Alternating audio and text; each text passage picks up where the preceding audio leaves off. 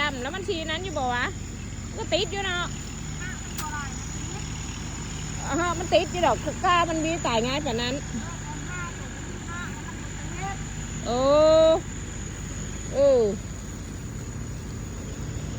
มืดแล้วว่าดำนี่บ่ได้สักคนมาด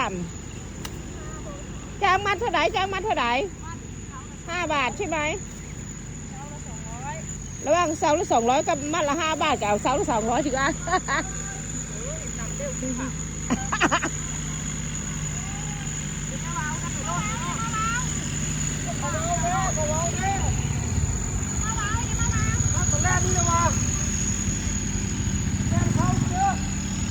คาเกน่ะอันนั้นนะคาดนะดำวันนี้ลูกมือนั่นกูไปลองดำได้ไหมวันนี้นะจ้านี่นะ